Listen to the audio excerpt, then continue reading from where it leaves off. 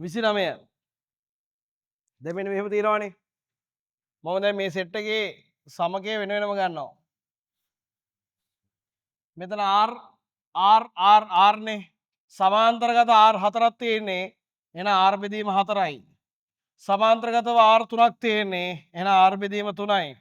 සමාන්තරගතව R 2ක් තියෙන්නේ එහෙනම් R බෙදීම 2යි මෙතන R ඉන්නවා පොදු හරය ඔක්කොම 12ට ගත්තට පස්සේ මෙතනින් එනවා 12 මෙතනින් එනවා 6 මෙතනින් එනවා 4 මෙතනින් එනවා 3 එතකොට බලය 25යි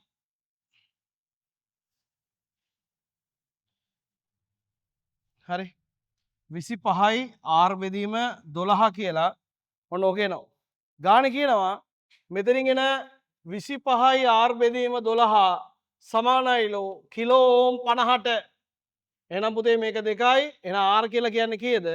24යි කිලෝ ඕම්